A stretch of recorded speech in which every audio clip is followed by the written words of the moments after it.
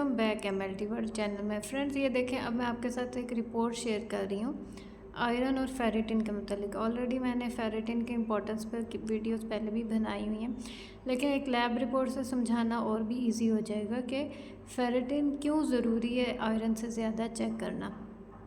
अगर तो हम आयरन सिर्फ चेक करते हैं, और आयरन अब आप देखें इस रिपोर्ट में आ रहा है 42.70 माइक्रोग्राम पर डी, और नॉर्मल रेंज जो है माइक्रोग्राम में, जो नॉर्मल रेंज है वो 37 से 145 माइक्रोग्राम है।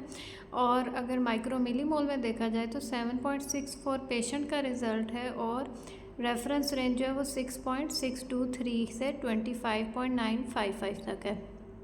अगर तो पेशेंट सिर्फ और सिर्फ आयरन टेस्ट चेक करेगा, और जब वो ये रिपोर्ट डॉक्टर के पास लेके जाएगा, और या अगर डॉक्टर सिर्फ आयरन टेस्ट लिखते हैं और जब वो रिपोर्ट देखेंगे तो इस रिपोर्ट के मुताबिक तो आयरन बिल्कुल नॉर्मल है, तो यानी कि कोई भी मेडिसिन की ज़रूरत नहीं है।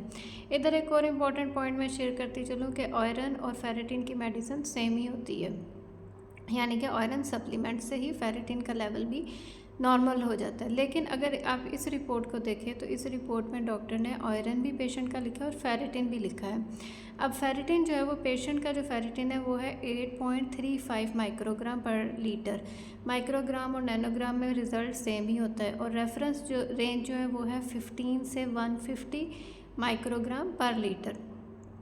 अब जो फेरिटिन जो है वो पेशेंट का लो है, क्योंकि ये 15 से लेस है। मिनिमम नॉर्मल रेंज जो थी वो 15 थी, और हायर नॉर्मल रेंज जो है वो अपर लिमिट की वो 150 है। तो इस हिसाब से इस पेशेंट को आयरन सप्लीमेंट की ज़रूरत है, क्योंकि उसकी बॉडी के अंदर इतना फेरिटिन नहीं प्रोड्यूस हो रहा कि वो आयरन को स्टोर कर सके। और इधर मैं आपको इम्पॉर्टेंट पॉइंट बताती चलूँ, फेरिटिन क्या है। फेरिटिन एक प्रोटीन है जो कि हमारे लिवर में बनती है, और इसका काम क्या होता है आयरन को स्टोर करना। और जैसे जैसे रेड ब्लड सेल्स को ज़रूरत पड़ती है आयरन की नए रेड ब्लड सेल बनने के लिए, तो उस टाइम पे फेरिटिन जो है वो आयरन को रिलीज़ करता है और फिर रेड ब्लड सेल्स बनते हैं। अगर फेरिटिन बॉडी के अंदर कम होगा तो आयरन स्टोर ही नहीं होगा, तो जो आयरन बन रहा होगा वो एक तरह से बॉडी के लिए टॉक्सिक होगा। तो इस वजह से आयरन और फेरिटिन को दोनों को इकट्ठा चेक करना जो है वो बहुत ही ज़रूरी है। तो यहाँ है या कोई ऐसे सिम्टम्स, वीकनेस या पेल स्किन है उसका, या हीमोग्लोबिन कम है मुसलसल, और रेड सेल इंडिसेस भी कम है, MCV, MCH, MCHC, तो उस सूरत में जो है आपको चाहिए कि आयरन और फेरिटिन दोनों को टेस्ट कराएं। बल्कि एक और चीज़, अगर एक्सपेंस का इशू है, क्योंकि टेस्ट एक्सपेंसिव भी होते हैं, तो उस सूरत में सबसे पहले फेरिटिन चेक करें। अगर फेरिटिन का लेवल लो है तो आयरन टेस्ट चेक करने की ज़रूरत नहीं है। अगर फेरिटिन का टेस्ट नॉर्मल है तो उसके बाद जो है वो फुल आयरन प्रोफाइल जो है वो चेक करवा लें, आयरन TIBC या सेचुरेशन। तो उसके फेरिटिन के बाद आप बाकी टेस्ट चेक कराएं। सबसे पहले जो है वो फेरिटिन ही चेक कराएं, क्योंकि फेरिटिन अगर बॉडी में होगा तो ही आयरन स्टोर होगा, और तो ही आयरन डेफिशिएंसी एनीमिया के चांसेस कम से कम होंगे।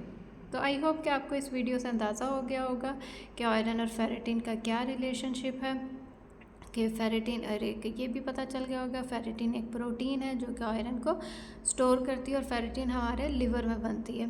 तो अगर आप किसी को भी आयरन और फेरिटिन का टेस्ट करवाना होगा या लैब रिपोर्ट चेक करनी होगी, तो उसको इस वीडियो से हेल्प हो गई होगी कि फेरिटिन और आयरन की लैब रिपोर्ट को कैसे चेक करते हैं, और कैसे हमें समझ में आएगा कि हमें कौन सी ट्रीटमेंट जो है वो ज़रूरी है, और कौन सा टेस्ट जो है वो पहले चेक करवाना चाहिए। अगर आप किसी और टेस्ट के मतलब भी इन्फॉर्मेशन लेना चाहते हैं तो कमेंट्स में लिखिए। अगर ये वीडियो अच्छी लगे तो लाइक का बटन प्रेस कीजिए, और चैनल को सब्सक्राइब करना ना भूलिएगा। Thank you so much.